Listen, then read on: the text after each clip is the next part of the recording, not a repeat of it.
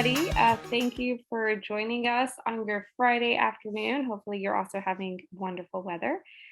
So this is our September MTPD, and we are delighted to have Jennifer Smith and Shelly Rodriguez from UTeach Austin, who are going to be sharing with us today about how they redesigned their CI course to a co-teaching model during the pandemic.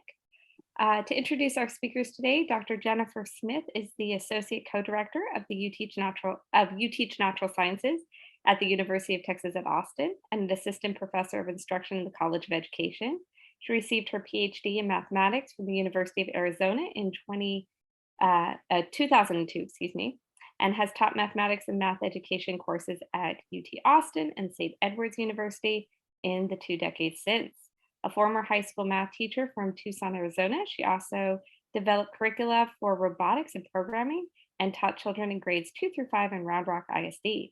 In 2021, she received the prestigious Transformational Online Instruction Contributions, or TONIC Award from UT Austin, and an award from the UTeach STEM Educators Association for outstanding contributions to STEM education. She is a facilitator for the Inclusive STEM Teaching Project and currently focuses on the importance of equity and community building in STEM education. So thank you, Dr. Smith, for being with us today. And then we have Dr. Shelly Rodriguez. Dr. Shelly Rodriguez is an Assistant Dean for Professional Track Faculty in the College of Natural Sciences and a Professor of Practice Teaching in the UTeach program at UT Austin. Shelly also directs UTeach Maker, a micro-credentialing program that helps pre-service teachers bring innovative project-based maker practices into their STEM classrooms or makerspace environments. Prior to joining UTeach, Shelly was a science teacher in Austin ISD and received several teaching awards. She is certified by the National Board and was awarded Outstanding Paper Award for the National Association for Research in Science Teaching in 2012. Dr. Rodriguez has multiple publications in the area of maker education and is currently working on a manuscript detailing her recent faculty development efforts, which I'm sure we're going to be excited to read about, maybe in the newsletter. I'm going to hit you up for that later.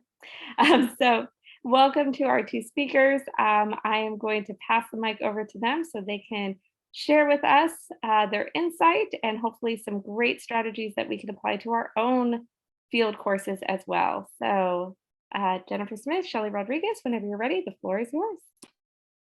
I've added the link to the slides in the chat, and I'll just keep adding it as people come in. We'll be sharing our screen, but feel free to open up the slides. There are some interactive things that we'll ask you to do. So if you want to go ahead and open up a link to those slides, you can follow along there too. So we're here today to talk. We're really excited. What we're really going to be doing is talking a bit about, again, as I said at the start, like remote teaching is the greatest and the worst thing that's ever happened to me. And in many ways, the pandemic was some of the greatest innovations that we've made in UTeach. And one of those is a co-teaching model that Jen and I started in CI, but then it ultimately has made its way into step one here at UT Austin. And I think it'll probably end up being in all the classes, I would think, but we'll see how it goes. So that's what we're here to talk to you about today. And then really the most important thing is going to be, we're just going to talk for about, not that long, because the most important thing is going to be for you all to think about, would this be something that would work in your own context, and what would it look like, and what supports would you want to put in place for students? So we're going to talk to you a little bit about both the CI version as well as the step one version. So on slide 3, we're asking that you would please add your institution to your Zoom name if it's not already there. And then for those of you who have not interacted with Dr. Smith and her amazing slide decks, this is one of the many ways that we have used interactivity during the pandemic to get students involved. And we've kept it. I use it in step one all the time. I use it in all my classes now. They type on slides, like all the stuff we're going to do in this meeting, they would do that. And I actually even use it to run like faculty meetings and stuff. So it's been really, really helpful. And I think it's caught on quite a bit throughout the university when people see kind of how to do it and how to work it. So for this one, Jen, you want to explain how this one works? Oh yeah, so if you're on slide 3, So first of all, we would love for you to add your institution to your Zoom name, just so that we can see where everybody is from.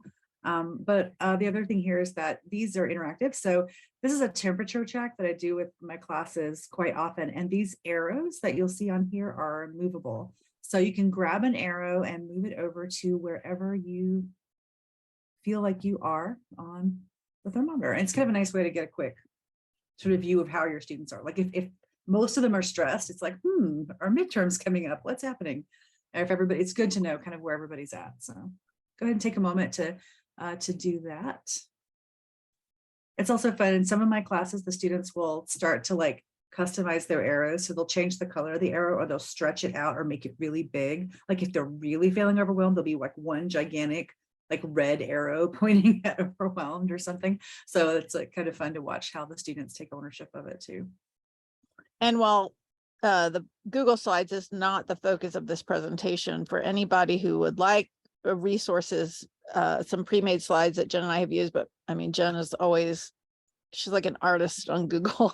So just let us know. We're happy to share the link of a kind of slide deck that we share with a lot of people. That was some templates you could use.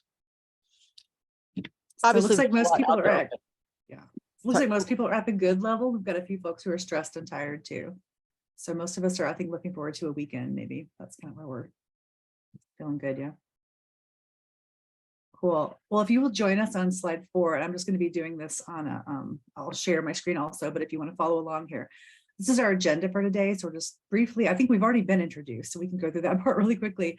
We'll kind of very briefly tell you about the context at UT Austin, just so you can see sort of how that maybe compares to where you are.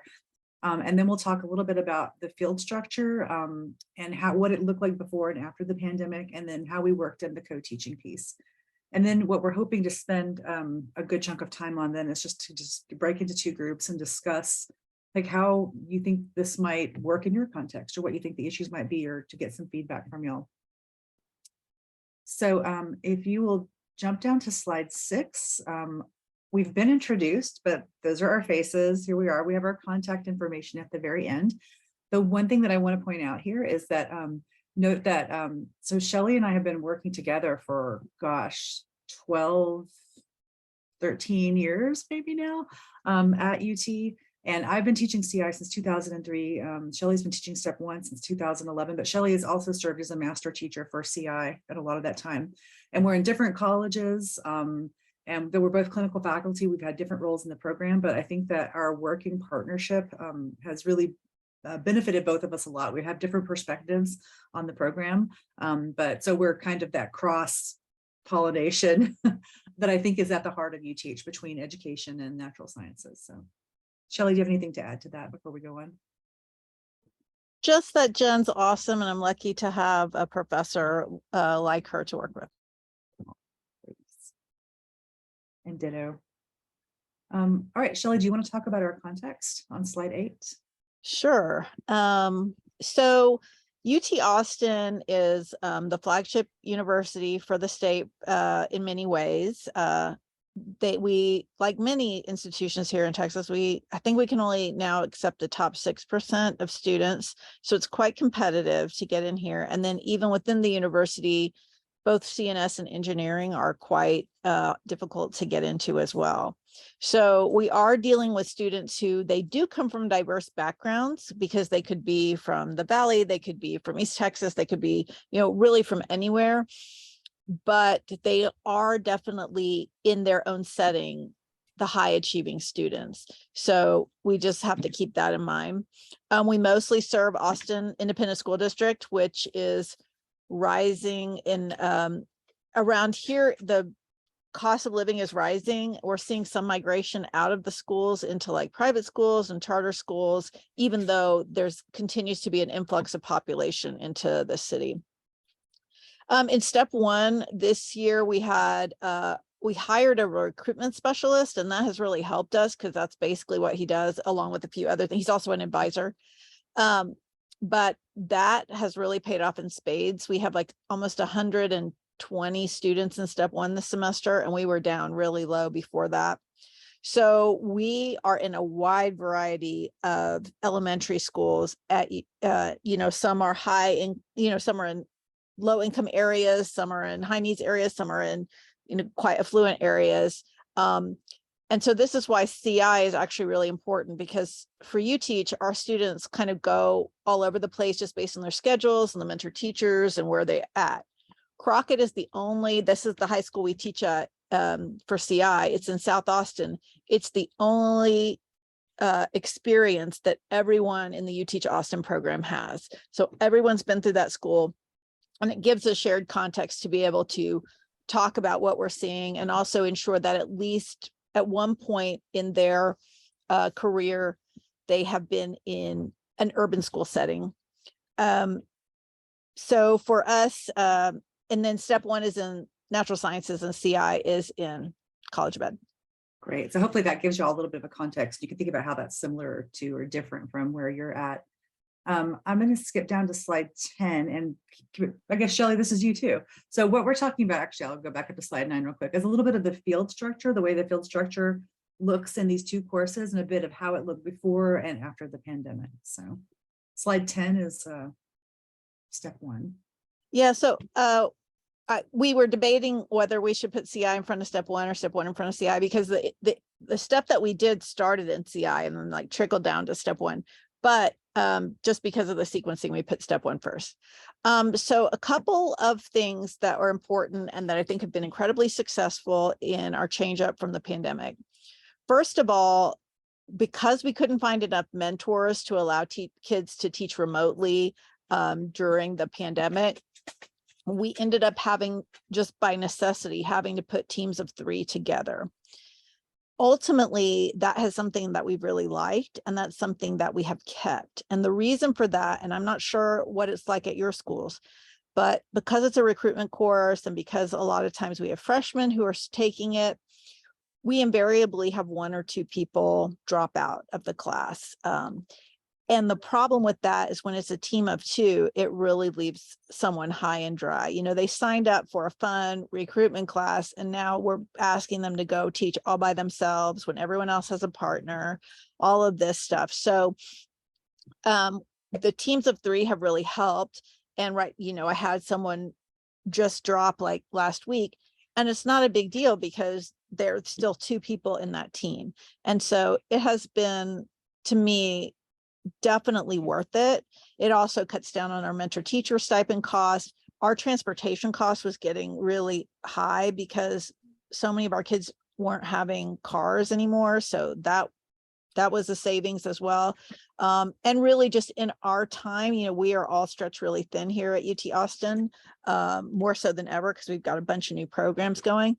And so, that just cuts down on the number of lesson plans, the amount of materials, just kind of everything.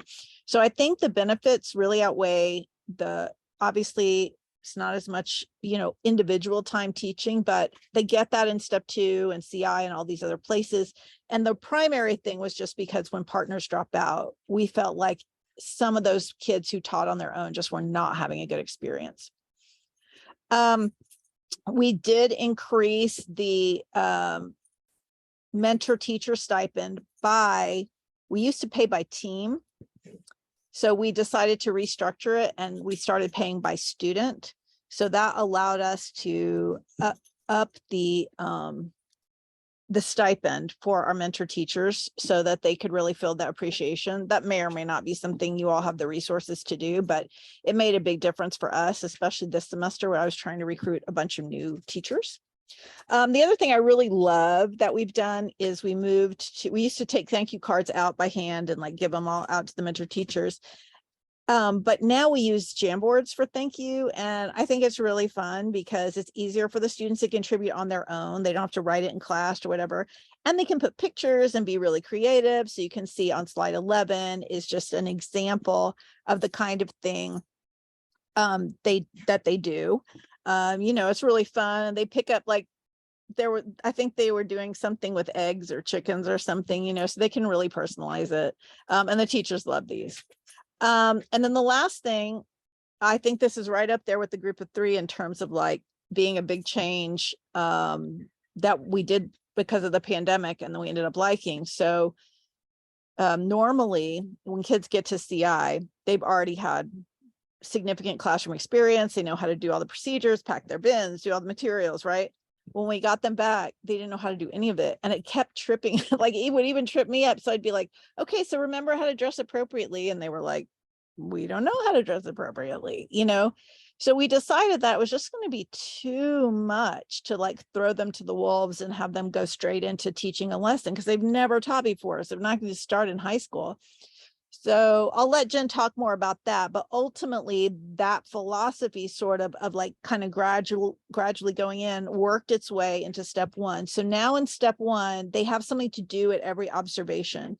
So on the first observation, they use, during the pandemic, I used get to know you slides. Many of you probably did that too, where like kids create slides about themselves and they use it for introductions and stuff like that. So since they already have those, they use those to introduce themselves to the class. So the first thing, they go and they do an observation, but they do need to stand up in front of the class for a few minutes and introduce themselves. So we're just trying to get rid of butterflies, trying to get used to standing in front, kids seeing them do that. The second time they go out, they do. Shelly, you have slides coming up on that if you want to. Oh, do you want me to go to those or do you want to no, pause and then go in okay. order? Cool. Well, I'm going to go to slide 12 and just talk a little bit about how classroom interactions would happen through the pandemic. So definitely we were online for that entire 2021 year. And then in 21-22, we had a delayed in-person start to both of those semesters. So just because we were kind of desperate, we started with video observations, and that actually turned out to be something really valuable. We're very lucky in that we had a couple of videos of lessons that had been in a block schedule, a math lesson and a science lesson that had been recorded at the school that the students were going into. So that worked out really well for us. And having our students watch that video and see an example of a lesson which was taught in a 5E format in that setting, you know, the same kind of population of kids that they're going to be working with in the same classrooms, that was a really great way to start off our semester. It turns out it kind of opened up this possibility of, now this is what a math lesson can look like at this high school. This is what a science lesson can look like. So that ended up being a surprise benefit with starting with that video observation. Before the pandemic, we did, I mean, for any folks here who teach classroom interactions, there's this classic, you do a one-day teach, and you do a 2-day teach later in the semester. Because of the delayed start, we didn't feel like we could do both of those things. And so we exchanged teach one for a series of co-teaches with the mentor. So during the scheduled field observations at the beginning, the first part of the semester, instead of going in and, well, so the state requires us, right? They have to go in, they have to have an assignment associated with each of those field experiences. So they had to write some kind of reflection. They had things they were looking for. They were looking for cooperative learning. They were looking at equity, whatever. But we've added this co-teaching component now. And so for several of those observations, they are now required to co-teach a part of the lesson with their mentor. And we've worked with our mentors to kind of give some ideas on what that might look like. But it might look like they're going to run the engagement part of the lesson, or they are going to, if there's like a quizzes or something at the end, they're going to run that. Or if there's a like putting kids in groups and then having the groups do an activity, they're going to get that started. So giving them experience standing in front of the classroom and being the teacher and that kind of an environment, we decided that was a good skill for them to build. And as Shelly said before, we had kids who had never been in a classroom. They'd done step 1 and step 2 online by the time we got them. So they didn't know how to use teacher voice. They didn't know how to get students' attention. They didn't know all these little things that they would have picked up earlier on. So this gave them an opportunity to kind of work on those skills a little bit. So we're going to talk a bit more about the benefits of that co-teaching here in just a minute. But we did that exchange, and then the course was restructured around this new schedule. So if you look at slide 13, this is just for CI, a comparison of what the class looked like pre-2020 and then what it looks like now. And the other thing that happened obviously in 2020 was, I think a lot of us in the summer of 2020 really started thinking very deeply about how to include more DEI in our courses and just really thinking about that. And so you can see that equity was kind of a tack on at the end in the original course, and now it's a theme throughout. So if you look on the left side of the slide, you see what it used to look like. And you notice we've got those observations and the one-day teach, and we spend a good chunk of that time, as you know, preparing for lessons and running lesson plans. And now the course has been really restructured. So the first half of the class focuses on all those like classroom skills and processes, We talk a lot about lesson design, and then the second half of the class centers around that 2-day teach, and we take all the things we learned in the first half, we put into action, and we write the lesson plans, and we practice teach them, and we do all those things. So you can see the difference in how we structure the course with the co-teaching piece in there, replacing that first teach.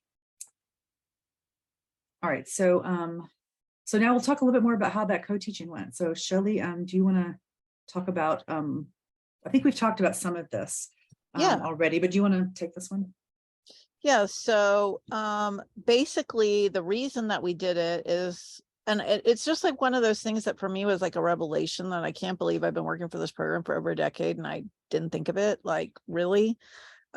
It's just like almost just right in front of your face so much that because I do it with my student teachers. When I was a student, cooperating teacher, I would like ease them in.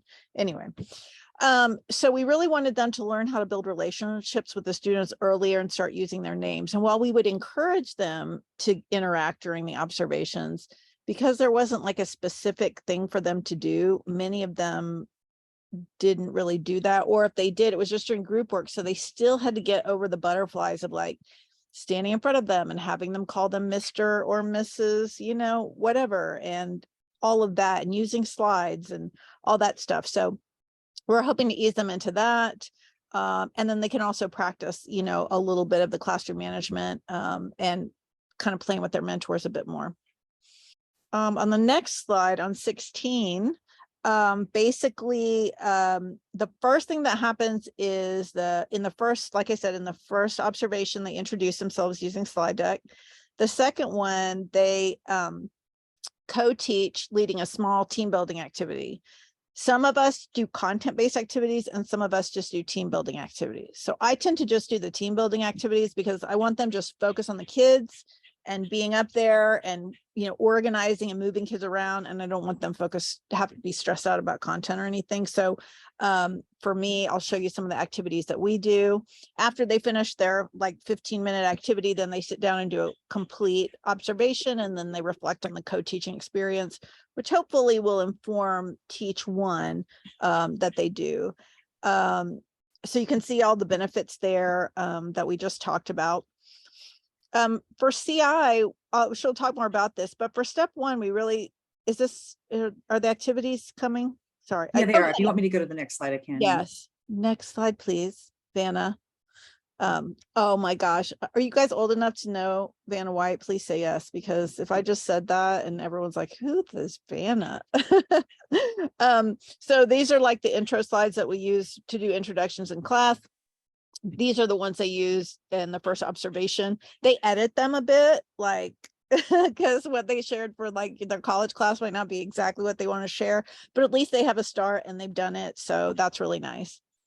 For the second observation, we have a couple of different activities they could do. So the first one is 4 corners. We explain how to do it. We sort of showcase how to do 4 corners. And then another one is the like a roll of dice, tell me about a time when you felt, depending, it's a paired activity and you roll the dice. And if you get a 4, you talk about a time when you were eager. And if your partner gets a 5, they talk about a time when they felt peaceful.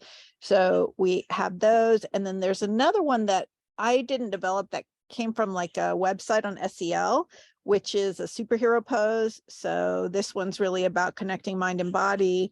And so the students are allowed to either pick from one of these or do their own. The only one we do in class is the 4 corners, because I don't have time to run through all of these. But a few of them will do something that they saw, when they were elementary school students, or they'll do something that they've participated in before. So it's really nice. One thing that we have done this semester, or we're trying this semester, is we're actually going to send them like a short slide deck, like with 4 slides for the 4 corners. That's empty. They can put whatever they want and mix them around.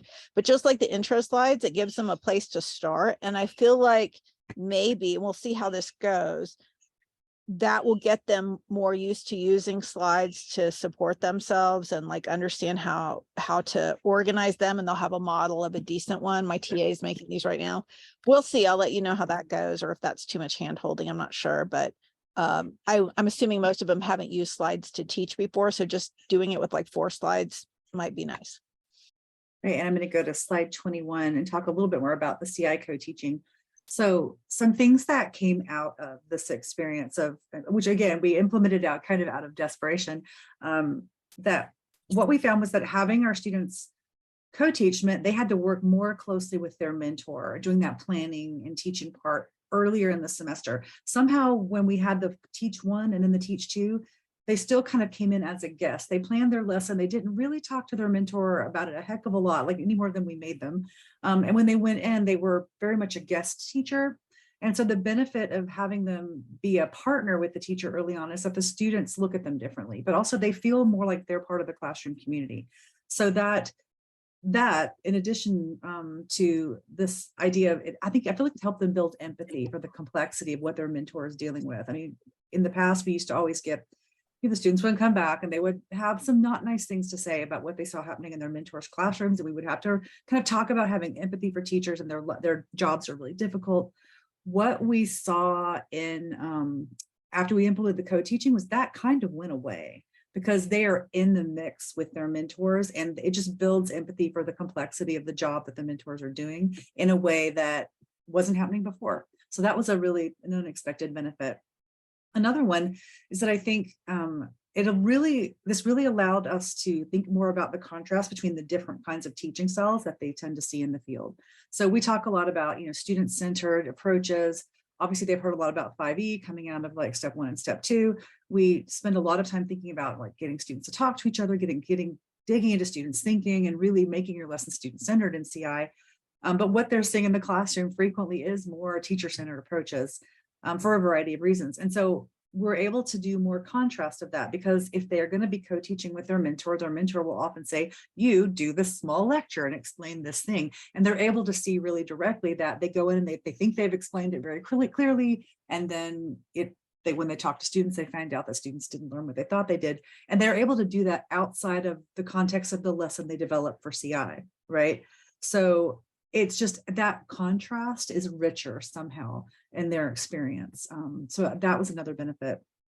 They have a really organic experience with blended learning and classroom technology, because the teachers who are in the schools right now really have their fingers on like what is current, what are all the new things that teachers are using. And so the teacher will say, okay, you're going to run the Plickers quiz at the end of class. What's Plickers? Okay, well, they have to figure it out. They have to figure out how to learn it, how to make it happen in the classroom. But they learn how to create quizzes online. They learn how to work in the LMS of the school. So they're getting a lot more organic experience because the teachers are including them in that planning and implementation of pieces of the teachers' lessons. The more they work with the kids, which I think y'all probably know this, but the more you can get them to get in there and work with the kids and get to know the students and engage with them, it helps to break down their assumptions about kids in urban schools. We used to hear them after observation 2 or 3 come back and say, oh, that kid was their head down the back. That kid just doesn't care. That has gone away a lot because they have engaged with that kid. They've talked to that kid. They've learned more from the mentor about what might be happening behind the scenes in that kid's life. They just know the kids better and they're not making so many assumptions about the identity of the kids in the room. And that's been huge. And then because we have the 1-2-day lesson that they teach at the end, we're able to spend so much more time on planning that lesson that the quality of the lesson plans that we get has really gone up quite a bit. We're not rushing them through that first lesson and then rushing right into the second one. We're able to spend so much more time on that one really good lesson. I feel like that's had big benefits as well for us. So, all right, so we've just talked at you for about 25 minutes here. What I want to do is on slide 22, I would love to give y'all a couple of minutes just to kind of start just process some of the stuff that you've heard us say. These are editables. You can just go to one of the bullet points. Please add a thought, add a question, and we're going to, in a few minutes, we're going to split into breakout rooms so we can have some smaller conversations, but please take a moment to add some ideas to this slide. Step 1, folks, want to go first? Ken, you had some specific applications for moving to the co-teach, maybe reducing the number of teaches and doing the videos and stuff that I thought were really interesting based on your context. I just said I thought that we have problems sometimes getting the placements at the beginning of the semester. And so it would probably really help us to be able to do those kind of structured observations where the kids are just getting acquainted with teaching and doing the team building activity. And it also takes a little bit less off the teachers, because the teachers feel so much like they're giving up a day to have our students teach content. So I think that would be really helpful to us, and then just teach the two content lessons. I was just asking questions about like specifics of doing the videos first, and then going into the two observations that now have, you know, really interactive piece, and then having just the two teaches at the end instead of three. I was sharing that we are just now this semester trying that, having two teaches instead of three, and we're already finding that it's giving us space to reflect more. Last semester when I taught step one, we were planning teach two and we hadn't even done teach one yet. So like, how can you reflect on how to make your lesson plan better if you haven't implemented the first one yet? So my students are going out next week to do teach one, and we haven't started lesson plan two yet. And I feel really good about that, because I feel like they're going to get to reflect on lesson plan one and how it went, not just what it looked like, before they try lesson plan two. And I think that I'm excited about that. And then next semester, I'm hoping maybe to even kind of incorporate some of this too, to really see if we can put that all together. And I think the last thing that we said in our room that I think is really poignant, and I hope we all take away from this, is that we've shifted somewhat. Obviously, we still care about content, all these things very important, but we've also started to take into consideration mental health. So the mental health of the students by doing the team building and building relationships, the mental health of the teachers, like Ken said, it's a lot less stress on them because it's one extra time. They don't have to give up their classroom or convince their principal that they should be able to do this. And then for the master teachers, you know, we count, we're people. And as Kristen said, like it can just open up a lot of space. I think Ken can envision a time when he's not scrambling. And I think the kids pick up on that too. Carrie, thank you. I was going to say, should I jump in? Yeah. I feel like we were in full attack mode for Jen. We had so many questions like, okay, so what do the mentors do? And how do you train the mentors? And do you compensate them more? How do you structure it? Are they planning with the mentors? Are they having to do formal lesson plans? Are they recording their co-teaches? Do they do a reflection? So we dove in and out of those things. Everyone's got different situations. We talked about the tightness of student schedules and how that sometimes complicates things as far as them having extra time to plan, just getting there. Sometimes are teaching on the fly. So we were incredibly wanting tangible, how does this work kind of things in that CI group. And that's, I think, what's fun about doing this is then we can take the things that work in our situation and incorporate them and share those ideas. So I liked it. Do you have answers to some of those questions so I can share them with my CI? Well, I was going to say, I know the session ends at 1:50 and we can stop the recording, but Elizabeth, if you don't mind, I think I'm a co-host already. I'm happy to stick around and answer questions on either step or CI, if you have time. We also, if you look at slide 27, we try to record some notes about our conversation, if that's at all helpful. I just have to say, I don't know that we ever have answers. We just have great conversations and suggestions. So you think we have answers? Do we ever? I don't know. Yeah, for sure. One thing that we both do have, both for CI and step one, and I shared this with the step one folks, is we do have the video assignments that we provide. They're very different. You know, in step one, they're elementary school teachers, and we just have little snippet, you know, like they pick. It's a choice board, you know, so we show them how to do choice boards, and then they get to pick, you know, 3 videos. It has to add up to 60 minutes. They can do that however they want. 40, 10, 10, 20, 20, 20, you know, whatever makes sense to them. And it's like more like chunked for that group. And then for the CI group, it's more like a full on hour-and-a-half observation would normally be. I love the idea of the one recorded observation so that you don't have to sit there for the whole hour and a half or whatever. They can break it up. They're not trying to get somewhere. I don't know. I just think I've always wished we had videos for a lot of the observations so that they could really see good quality stuff, because our rural teachers aren't necessarily always STEM educators. You know, like a lot of our mentors are like, ooh, can y'all send me that lesson? I would like to use y'all's lesson and, you know, make it their own, because they're struggling learning how to be STEM teachers. So I love the video idea. I put the step one choice board link in the chat. And then this is, we were using slide decks, but we still do, this is still, we could talk about how we do our field stuff later, but those are the questions. So they do one for each video. It's about context and the 5E and all of that. And I think it helps them with the 5E a little bit more because they're looking for pieces of it in the video. So I'm not sure, but it should give you a place to start, even if you don't use it exactly like that or make your own choice board. But I did spend a lot of time like looking through like free videos that were fairly decent and they could get something out of. I added that link to the slide slide 26, just so it'd be in the slides. Really good. I think in the CI room, and this is on slide 27 for anyone who is watching the video, I did share a link to the current, like an example of the observation assignment that has the co-teach reflection. So there were some questions about what students did in response to that. Like, did they have to write a lesson plan for that? Did they plan with their mentors? You know, was there, what documentation was there around that? And so my response to that was they do a reflection about it. And we don't have them write a lesson plan or do any kind of planning documentation of their planning for a couple of reasons. One is because part of the goal here was to take some of the burden off of the mentors. This came up actually in the conversation. I think it was Ken who was saying that that taking one of the teachers away is really beneficial for the mentor teachers because we're just not taking more instructional time away. And in Texas, we have House Bill 4545 we're dealing with. We have all the pandemic quote unquote learning loss that we're dealing with. There's just a lot going on.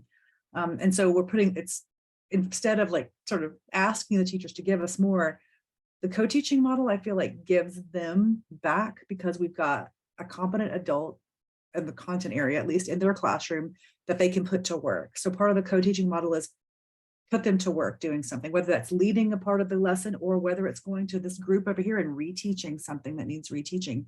It's beneficial for both parties. And so I feel like we are adding value to their classrooms instead of just, I mean, not that we were leeching off of them before, but I feel like we're really helping and supporting them a bit more with this model than we perhaps did in the past. And the lesson that they get, in my opinion, and again, I don't have data on this, but it seems to me just in this year that we've done this, that the lesson that the students teach at the end is better in multiple ways. It's better. We have more time to work on it. We're not rushing them through the process of planning it. So we really can dig into it more. We spend more time on it in class. The students at that point have had a lot of experience working with the students in that classroom. They're able to tailor what they do to the students in that class, to that classroom community, to that mentor teacher's style. It's just they get a better product, a better lesson out of our students, I think. So I feel like it's a win-win all around. And that was something we discussed in our group.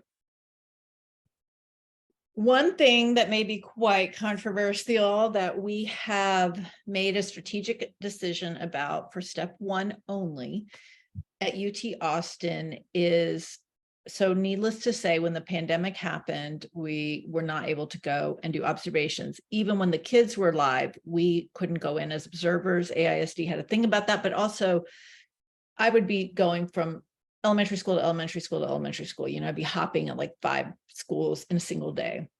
Needless to say, that wasn't great during COVID. You would just be spreading stuff everywhere.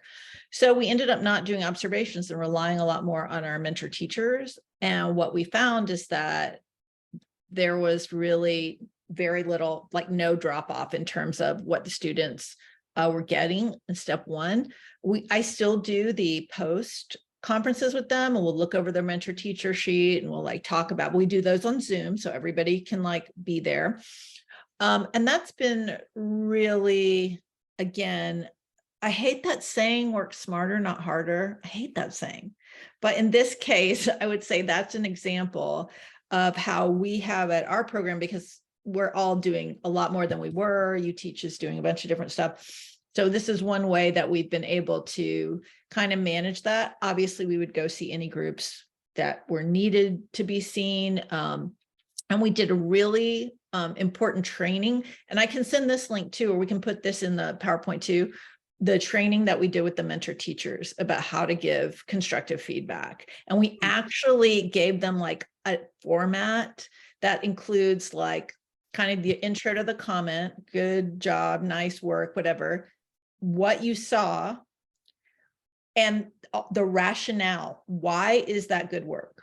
Like what's happening? So like good work using student names, because using student names helps all of the students feel seen.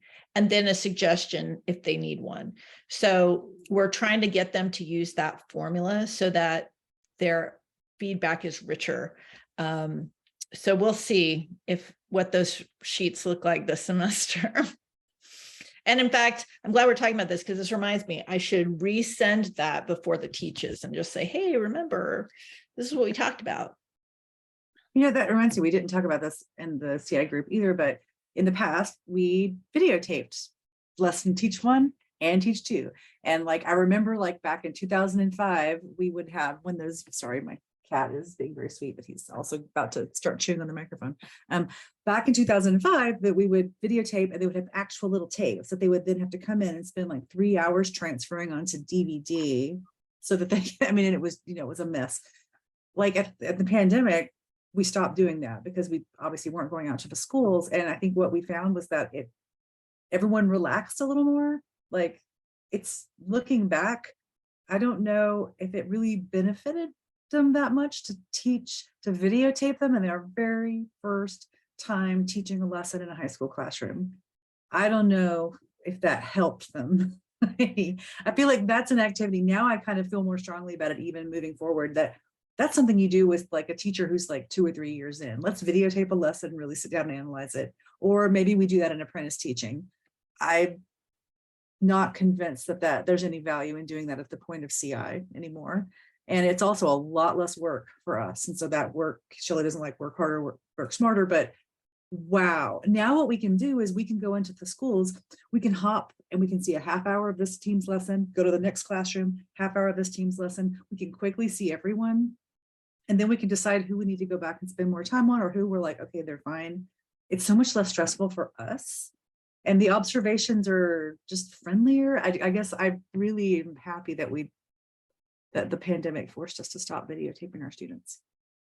So we still do audio record. We should make that clear. So they still we have them audio record themselves, but that is even just for them. Like I don't listen to any of that even. Yeah. It's for them to do some analysis of their discussion practices. Yeah.